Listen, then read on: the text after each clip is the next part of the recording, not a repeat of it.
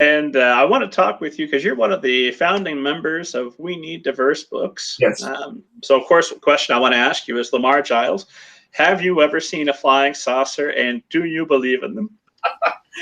I have never seen a flying saucer, but I find it very hard to believe that in our huge galaxy and overall huge universe that we're the only intelligent life forms. And so, like I said, I have never seen a UFO, but I would not be surprised if aliens exist and we may see them one day. I've never seen one either, and you're probably going to see one before me, and then you're going to write me an email and say, Rod, now there's one more reason for you to be super jealous. Like, why does everything good happen to Lamar Giles? Why, Lord? You'll come out, you'll have one with you. You'll be like, this is me and my new gray buddy. Well, let's talk about we need diverse books. Because I'm with you. I think we need diverse books. We do need them. So why, facetiously asking, why the mission statement of We Need Diverse Books is to put more books featuring diverse characters into the hands of all children. I think that's pretty self-explanatory, but why is that important, and why is it important to you specifically? I think broadly it's important because I truly believe that when children can either see more of themselves in books or read books where they can experience cultures unlike their own, I think they naturally develop more empathy. And in my opinion, in our country these days, at least if you watch the news, there tends to be a severe lack of empathy from the top down. And I don't think it's coincidence that the most unempathetic person in the news today boldly proclaims that he does not read. And I think by having books in children's hands early that feature a lot of different people, they'll grow up not being afraid of the other. That's the broad thing. Personally, I can remember that as a young child, there was a point when everybody around me, the other Black kids, everybody loved story, everybody loved reading. There came a point when I started to become more obsessed with reading when I wanted to be a writer, but I started to see my friends peel off. And I realized that a lot of it had to do with us never seeing ourselves in the stories that were forced upon us. And as they peeled off, a lot of them became not my friends. As I continued to pursue reading and writing, they would look at me like, what are you doing? That's not for you. There was some bullying, teasing.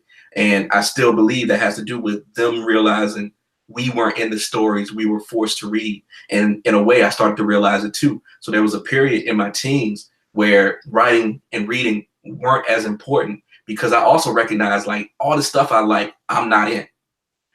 It took me into my late teens to discover books where I felt like people like me were represented, particularly when I read the works of Tanana Reed-Dew and Stephen Barnes. And I recognized that even though that had brought me back to the dream of wanting to write, I recognized hardly any of these writers wrote for the youth. There was one writer, Walter Dean Myers, that wrote children's books featuring like Black kids. So when it was my turn and I finally got a voice, I decided to make it my mission to put the sort of characters in my young adult books that I always wanted to see but never did when I was young. And to bring that back to We Need Diverse Books, almost everybody in our organization has a similar experience. They're just from different backgrounds. And so that's why we have sort of this coalition of super diverse writers and illustrators who are trying to make sure that all children get to see themselves in books going forward. Makes sense to me, and I'm laughing a little bit because I try not to get political on the show, just not because politics aren't important, because I figure people are all living through the same country I am and are just sick of it. But one very valid answer to why do we need diverse books is because we've seen the rise of a racist president and the return of mainstream white supremacy pretty hardcore just recently. So it's good to get that counter message out there as much as possible. Yeah. I think about my father-in-law has told me this story multiple times. He grew up in Mississippi, God bless him. And he was a little black boy in Mississippi, and he would look across the river, not the Mississippi River, but the river that ran through his town, and watch crosses burning on the other side of the banks there. And he tells me this story of one day out of the year, every day the teacher would read the class a different picture book. One day out of the year, there was him and there was one other black student in the class, and they'd read Little Black Sambo, and all the other kids would laugh, and the teacher would laugh at him while they read Little Black Sambo, and he very clearly got the idea that that this was a story that was not for him so much as it was a means to mock him, and I could still see the anger in his eyes, and he is not as big of a reader. My mother-in-law is, but that experience, I think, forever tainted books and stories for him of not wanting to go back. So where do we stand now? I'm talking to you today. I just talked with Tomi Adeyemi, author of Children of Blood and Bone, at the blog last year. I talked with T.R. Simon, some other mainstream authors of color. I'm talking with Maurice Broaddus here. Sometime, I think in May, I'll be talking with Daniel Jose Older, also in May. So we are seeing more of the types of books that we want to see on shelves that I wasn't seeing. I mentioned at the start of the program back in 2008.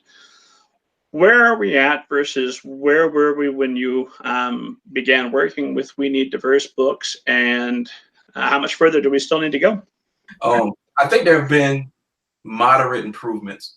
I think we have a lot further to go, but I will speak to what I think is different. I mean, very simply, you said you spoke to Tomi. I mean, you look at the success of her book, among others like Angie Thomas's The Hate You Give and On the Come Up. I spoke to Angie Thomas's PR person. That's about as close as I got there. Yeah, I imagine she's very busy these days.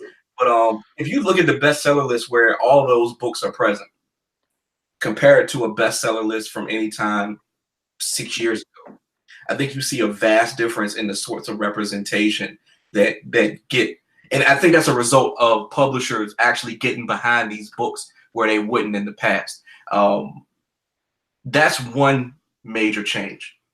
Other changes, I think, is we're starting to see a few more diverse individuals make their way into the publishing arena. So, for instance, the Versify imprint that's published in The Last Day of Summer, that's Kwame Alexander's imprint. Kwame Alexander won the Newbery Medal back, I think, in 2015 for his book, The Crossover.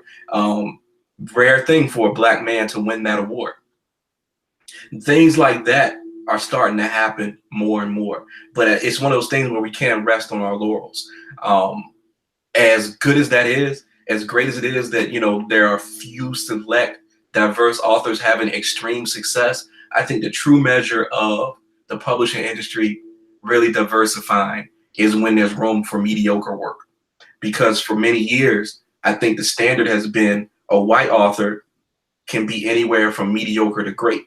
But an author of color or an author from a different background, LGBTQIA, different religious background, when their books are published, if they aren't smash hits, publishers use that as ammo to prevent others from coming behind them. As in, hey, we tried to publish that Black book, didn't work. There's no audience for it, so we're not putting money there in the future. And so I think where you have the true measure of change is when you're no longer seeing publishers treat these books as experiments to either keep moving forward or deny access to the industry. Makes sense to me.